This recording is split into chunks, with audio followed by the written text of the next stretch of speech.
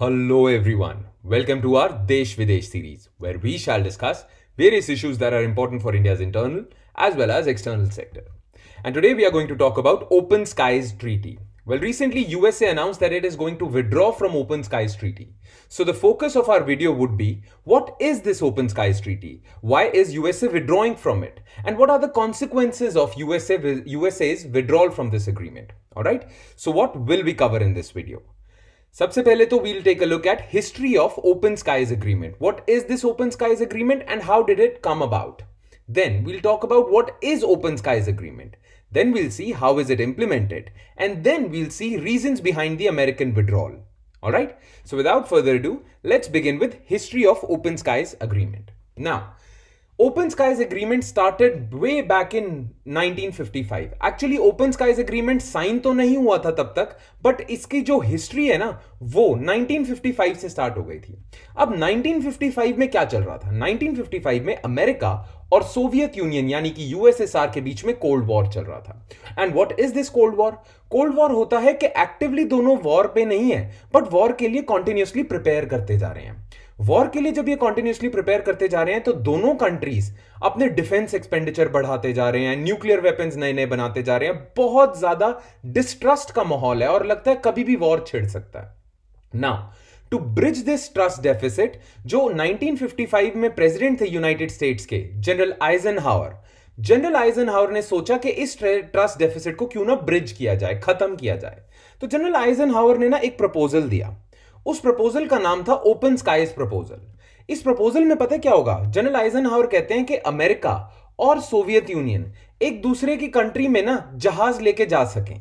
अब ये कौन से जहाज होंगे? These would be aerial reconnaissance flights. मतलब अमेरिका अगर चाहे तो सोवियत यूनियन की किसी भी टेरिटरी में एक एयरप्लेन लेके जा सकता है और वो एयरप्लेन का काम होगा सर्वेलेंस करना. और सिमिलरली जो सोवियत यूनियन है वो भी अपना सर्वेलेंस प्लेन यूएसए की टेरिटरी में लेके जा सकता है. ना इसका पर्पस क्या था? पर्पस ये था कि दोनों कंट्रीज ना छुप छुप के नए वेपन्स बनाती जा रही थी और सामने कुछ बोल नहीं रही थी. तो आइजनहावर चाहते थे कि छुप छुपा के कोई चीज ना हो. दोनों कंट्रीज अगर बात कर रही हैं कि हमारी सिक्योरिटी के लिए ये वेपन्स हैं तो वही होने चाहिए. और इस बात का प्रूफ क्या होगा? यूएसए के पास एबिलिटी होगी सोवियत यूनियन की टेरिटरी में चेक करना कि सोवियत यूनियन जो वेपन्स के बारे में बोल रहा है वो एक्चुअली है या सोवियत यूनियन कोई नए वेपन्स डेवलप कर रहा है. सिमिलरली सोवियत यूनियन के पास भी ये होगा. आपको पता है ना, आर्म्स कंट्रोल एग्रीमेंट बहुत हुए हैं यूएसए और सोवियत यूनियन के बीच में कि इससे ज्यादा न्यूक्लियर वेपन्स नहीं बनाने. अब उसको चेक करने का तरीका क्या है? चेक करने का तरीका जनरल आइजनहावर ने दिया था, राइट? बट जैसा कि हम जानते हैं कि ये जो तरीका दिया था एरियल रिकॉनेसांस फ्लाइट का, इसने ट्रस्ट डेफिसिट ब्रिज करना था और कॉन्फिडेंस बिल्ड करना था. बट कॉन्फिडेंस बिल्ड करने के हक में इतना सोवियत यूनियन था नहीं, बिकॉज सोवियत यूनियन को डर था कि यूएसए इसे सर्वेलेंस के लिए यूज करेगा और वो सर्वेलेंस हम चाहते नहीं. तो इसीलिए सोवियत यूनियन ने मना कर दिया. सोवियत यूनियन ने कहा हम ये अग्रीमेंट नहीं करते. और अमेरिका और सोवियत यूनियन के बीच में ये अग्रीमेंट कभी नहीं हुआ, ये प्रपोजल कभी फ्रूटफुल नहीं हुआ. क्लियर? जब तक सोवियत यूनियन स्ट्रांग था तब तक सोवियत यूनियन ने अग्रीमेंट होने में अलाउ ही नहीं करा. फिर क्या होता है? 1989 में एक और रिपब्लिकन प्रेसिडेंट आते हैं जिनका नाम है प्रेसिडेंट एच.डब्ल्यू. Bush senior. इन्होंने 1989 में ये आइडिया दोबारा से रिवाइव करा. अच्छा, बुश ने ये आइडिया क्यों रिवाइव करा और 1989 में ही क्यों रिवाइव करा? बिकॉज 1989 में ये क्लियर हो गया था कि सोवियत यूनियन शायद टूट जाएगा और टूटने ही वाला है.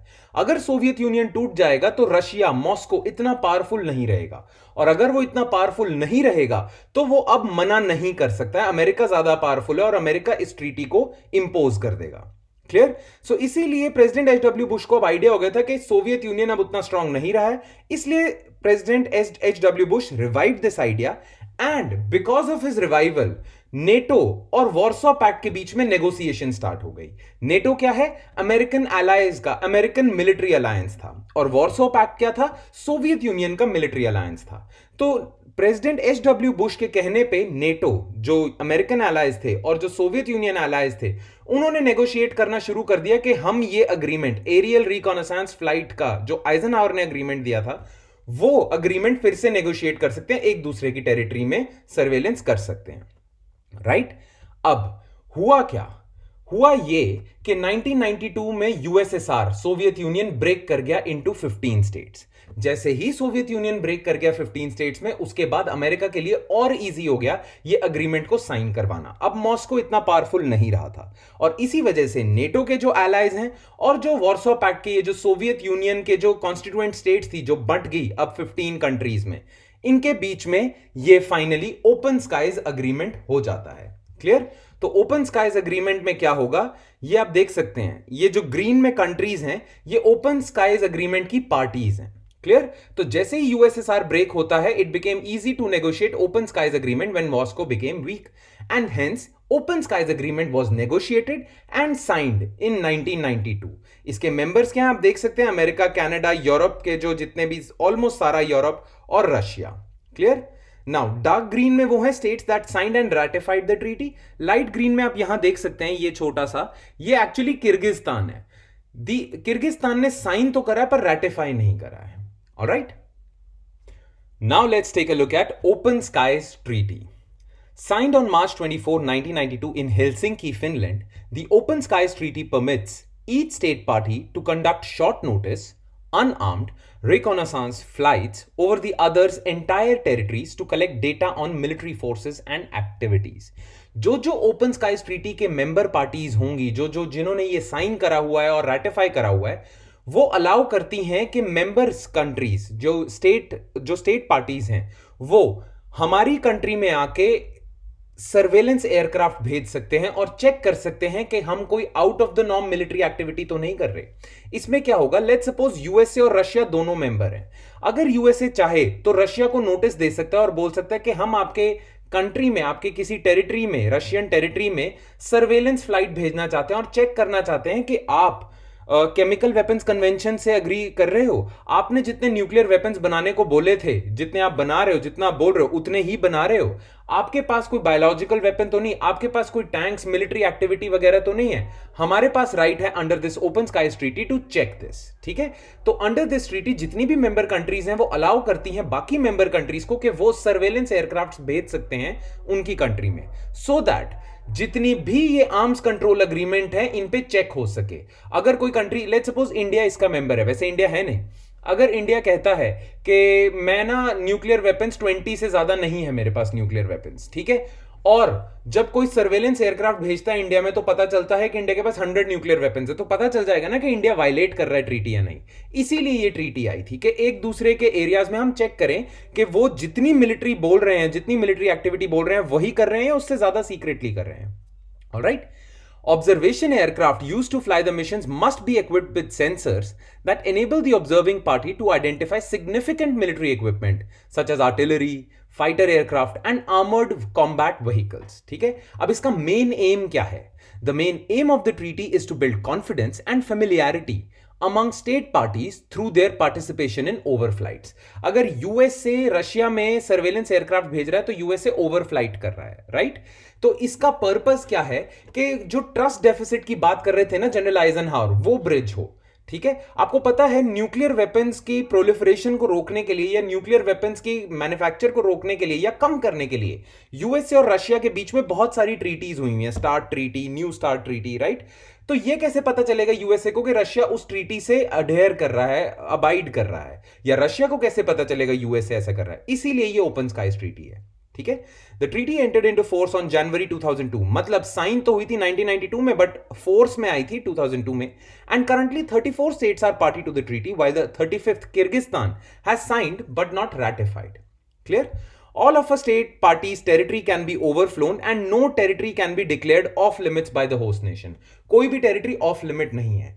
ओपन स्काईज ट्रीटी का ना जो प्रियम्बल है वो एक बार ही पढ़ लेते हैं, बिकॉज इस प्रियम्बल से ही पता चल जाएगा कि ओपन स्काईज ट्रीटी की सिग्निफिकेंस क्या है, इसकी इंपॉर्टेंस क्या है, क्यों करी है ये treaty. The treaty's preamble explains that these flights are designed to improve openness and transparency, to facilitate monitoring of compliance with existing और फ्यूचर आर्म्स कंट्रोल अग्रीमेंट, है ना? मॉनिटरिंग ऑफ कंप्लायंस, कि रशिया अगर कहता है कि वो न्यूक्लियर वेपन ज्यादा नहीं बना रहा तो पता कैसे चलेगा? इस ट्रीटी के थ्रू। और future arms control agreements and to strengthen the capacity for conflict prevention and crisis management. अगर ईरान इस ओपन स्काईज ट्रीटी का मेंबर होता तो यूएसए के पास राइट होता कि यूएसए सर्वेलेंस एयरक्राफ्ट भेज के चेक करता कि ईरान न्यूक्लियर वेपन्स बना रहा है या नहीं बना रहा है, राइट? तो ओपन स्काईज ट्रीटी का पर्पस ही यही है कि एक रूल बेस्ड ऑर्डर हो, आर्म्स कंट्रोल हो इसमें। ऑलराइट, नाउ इस ओपन स्काईज ट्रीटी में ना एक फ्लाइट कोटा का सिस्टम है। नाउ फ्लाइट कोटा का सिस्टम समझने से पहले एक एग्जांपल देख लेते हैं। लेट्स सपोज यूएस से ना रशिया में सर्वेलेंस एयरक्राफ्ट भेजना चाहता है रशिया की किसी टेरिटरी में, और चेक करना चाहता है रशिया जितने भी रूल्स एंड रेगुलेशंस हैं मिलिट्री के वो अबाइड कर रहा है या नहीं कर रहा, आर्म्स कंट्रोल के। ऑलराइट, तो इस केस में रशिया पता है क्या हो जाएगा? इस केस में रशिया हो जाएगा होस्ट नेशन और जो यूएसए है वो होगा ओवरफ्लाइंग नेशन। तो ओवरफ्लाइंग नेशन क्या करता है? एयरक्राफ्ट भेजता है होस्ट नेशन में, सेंसर्स और कैमरास के थ्रू पिक्चर्स वगैरह लेता है और वापस ले आता है अपने पास। वो जो डेटा होगा ओवरफ्लाइंग नेशन के पास, वो ओवरफ्लाइंग नेशन होस्ट नेशन को भी दिखाएगा कि ये हमने चेक करा है। दूसरा, जो बाकी मेंबर्स हैं, जो जितने भी बाकी मेंबर्स हैं ओपन स्काईज ट्रीटी के, वो भी यूएसए से ये डेटा खरीद सकते हैं पैसे देके। ऑलराइट, नाउ फ्लाइट कोटा का सिस्टम क्या है, ध्यान से देखना। हर कंट्री के पास ना, हर मेंबर कंट्री के पास एक पैसिव कोटा होता है। पैसिव कोटा मतलब एक साल में उसके कंट्री में कितनी ओवरफ्लाइट्स हो सकती हैं, ठीक है? तो इस केस में अगर रशिया होस्ट नेशन है तो एक साल में रशिया में मान लो 20 ओवरफ्लाइट्स हो सकती हैं, तो ये होगा रशिया का passive quota. Number of overflights a state party is obligated to accept in a year, ठीक है? देन एक्टिव कोटा क्या होगा? एक्टिव कोटा होगा जैसे यूएसए है, यूएसए के पास राइट है कि एक साल में वो किसी भी मेंबर कंट्री में 30 ओवरफ्लाइट्स कर सकता है। तो ये जो 30 नंबर होगा ये यूएसए का एक्टिव कोटा होगा। एक कंट्री के पास कितना राइट है कि वो बाकी कंट्रीज में जाके सर्वेलेंस एयरक्राफ्ट भेज सकता है, कितनी फ्लाइट्स भेज सकता है, वो एक्टिव कोटा है। Number of overflights a state party may conduct over other state parties. Alright, next line देखना। A state party's active quota can not exceed its passive quota. Natural सी बात है।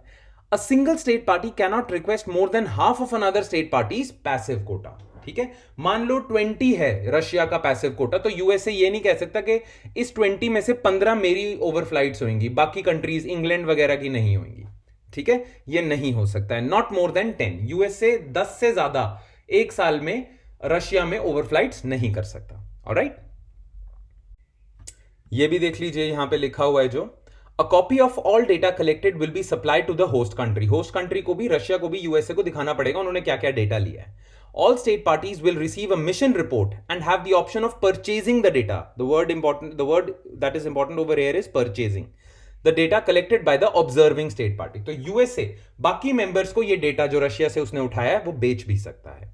ऑलराइट, चलिए अब हम आ जाते हैं ट्रीटी इंप्लीमेंटेशन पे। ये ट्रीटी इंप्लीमेंट कैसे हो रही है?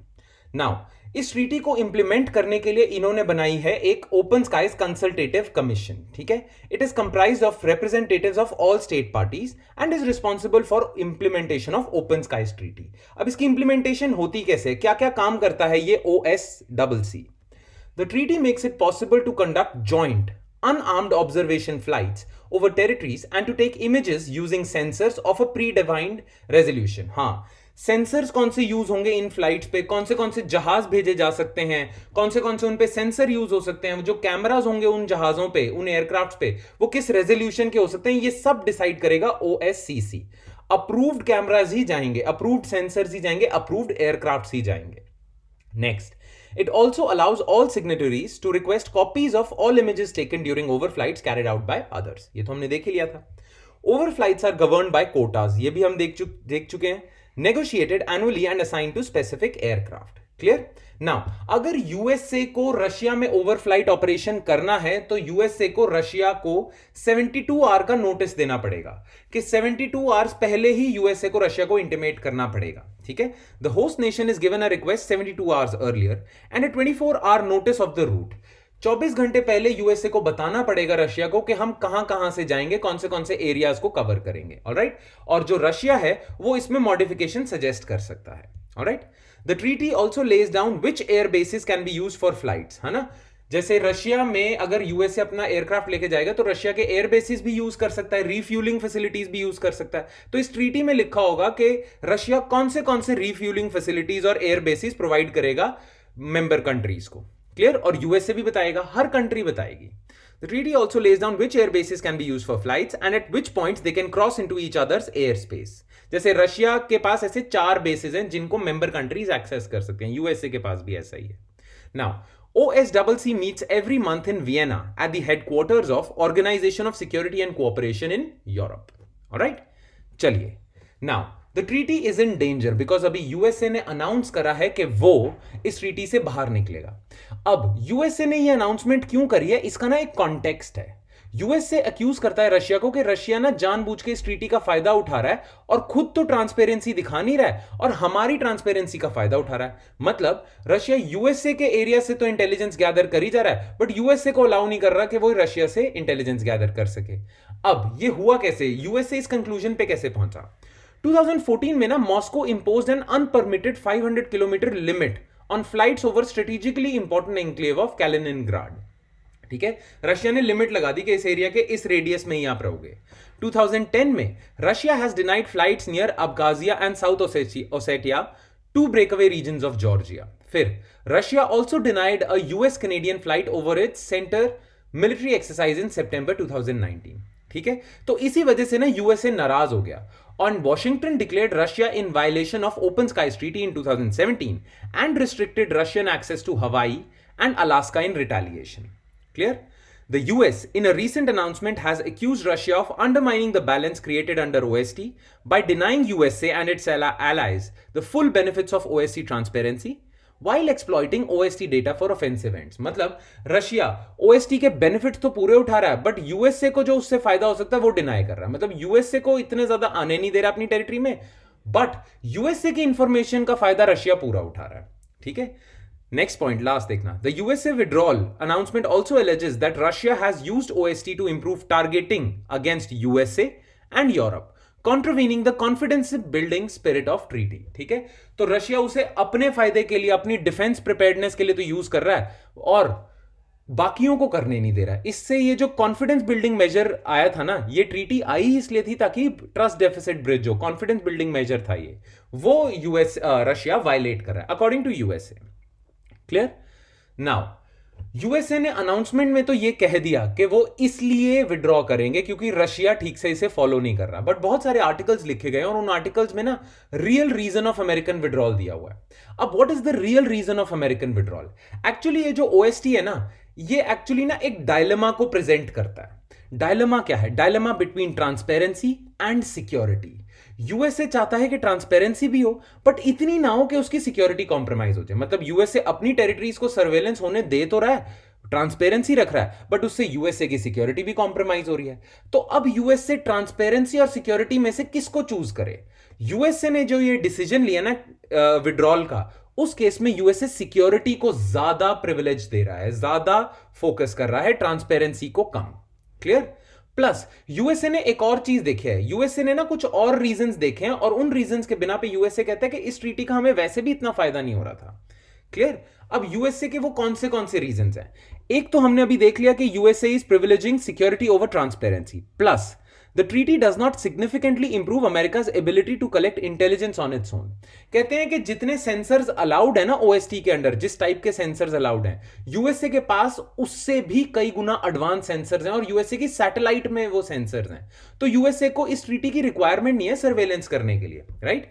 The sensors allowed on flights are probably inferior to those about USA reconnaissance satellites. ठीक है, तो यूएसए को जरूरत भी नहीं, को फायदा नहीं हो रहा इंटेलिजेंस का इतना. Also, Washington wouldn't always want to share such highly classified information with allies. जो इंफॉर्मेशन यूएसए लेके आ रहा है, यूएसए कई बार नहीं चाहेगा कि उसके allies के पास भी इंफॉर्मेशन हो, और allies तो छोड़ो, रशिया के पास भी ये इंफॉर्मेशन ना जाए. क्योंकि ओएसटी के अंडर क्या है, जो भी आप सर्वेलेंस डेटा उठाते हो आपको होस्ट नेशन से शेयर करना पड़ता है, पर कई बार वॉशिंगटन नहीं चाहेगा शेयर करना. तो यूएसए सोचता है कि ओएसटी के बिना छोड़ो, हम अपने जो सुपीरियर हमारे पास सैटेलाइट्स में सेंसर्स है ना, उन्हीं को यूज कर लेंगे क्योंकि उसको शेयर करने की भी जरूरत नहीं है और रशिया से भी शेयर करने की जरूरत नहीं है. Nor would it like to divulge such information to Russia, especially during a dispute between the two countries. तो यूएसए को ज्यादा कुछ फायदा दिख नहीं रहा है इसमें. ऑलराइट, चलिए. बट बहुत सारे डिफेंस एनालिस्ट कहते हैं कि cost of living might outweigh risks of remaining. मतलब जो यूएसए को नुकसान होगा ना इस ट्रीटी को लीव करने से, वो ज्यादा होगा as compare to the risk of remaining in the treaty. अब वो कैसे है? OST plays an important role in providing common pool of information which creates an accepted set of baseline facts to support US diplomacy with both allies and adversaries. Now, मान लो USA की satellite के sensors ना देख लेते हैं Russia में कि Russia ना केमिकल वेपन्स बहुत सारे बना रहा है। ना यूएसए इसकी अनाउंसमेंट कर देता है कि वर्ल्ड में कि रशिया केमिकल वेपन्स बना रहा है, रशिया कह देता है हम बना नहीं रहे। अब दोनों में से आप किसकी बात मानोगे? अगर यूएसए के पास ये इंफॉर्मेशन ओएसटी के थ्रू आती तो बाकी एलाइज के साथ भी शेयर होती, तो ये ना एक एक्सेप्टेड फैक्ट होता कि रशिया केमिकल वेपन्स बना रहा है, राइट? बट यूएसए जब अपनी सैटेलाइट से करेगा तो यूएसए की क्यों मानेगा कोई? बट ओएसटी के थ्रू जो सर्वेलेंस का डेटा आता है वो सारे मानेंगे, तो accepted set of baseline facts हो जाएंगे और वो डिप्लोमेसी में बड़े काम आते हैं। अगर रशिया मान ही नहीं रहा कि उसके पास केमिकल वेपन्स हैं, तो रशिया को आप फोर्स कैसे करोगे, डिप्लोमेसी कैसे चलाओगे? तो ओएसटी का ये फायदा है। Plus Washington's exit will diminish OST's value to Russia as well, and Moscow's withdrawal would probably kill OST. अब जब वॉशिंगटन OST से चला जाएगा तो रशिया को लगेगा कि इस OST का फायदा ही नहीं, क्योंकि मेन फायदा OST का क्या था कि रशिया यूएसए की टेरिटरी में सर्वेलेंस कर सके। फिर मॉस्को भी विड्रॉ कर जाएगा, और जब यूएसए और रशिया दोनों विड्रॉ कर लेंगे तो OST का कोई फायदा ही नहीं, OST डेड वेट हो जाएगा। और जबकि OST जो नेटो एलाइज है, जिनके पास अमेरिका जितनी स्ट्रॉन्ग सर्वेलेंस कैपेबिलिटी नहीं है, उनके लिए OST बहुत ज्यादा जरूरी है। तो जब मॉस्को और वॉशिंगटन दोनों चले जाएंगे तो इन नेटो एलाइज को नुकसान होगा, और नेटो की जो स्ट्रेंथ है, कोहिजन है, नेटो में दरारें पड़ने लग जाएंगी, आपस में जो ये एलाइज हैं ये लड़ने लग जाएंगे। Plus, this will further deepen the trust deficit and damage the mechanism for enforcement of various arms control agreement between USA and Russia. USA और रशिया के बीच में आर्म्स कंट्रोल अग्रीमेंट तो बहुत सारे हुए हैं, बट टू इंश्योर कि दोनों कंट्रीज ये आर्म्स कंट्रोल अग्रीमेंट मान रही हैं, उसके लिए आपको OST तो चाहिए था। अब अगर ये OST नहीं होगा तो ये आर्म्स कंट्रोल अग्रीमेंट भी अच्छे से एनफोर्स नहीं होंगे। Alright, so that's it from my side guys. I hope आपको ये ओपन स्काइज अग्रीमेंट समझ आ गया हो, अमेरिका का विड्रॉल समझ आ गया हो, और अगर अमेरिका विड्रॉ करता है तो उसके नुकसान क्या होंगे वो समझ आ गया हो। If you still have any doubts then please write those doubts in the comment section below. I will see you next time with more videos on देश विदेश। Thank you.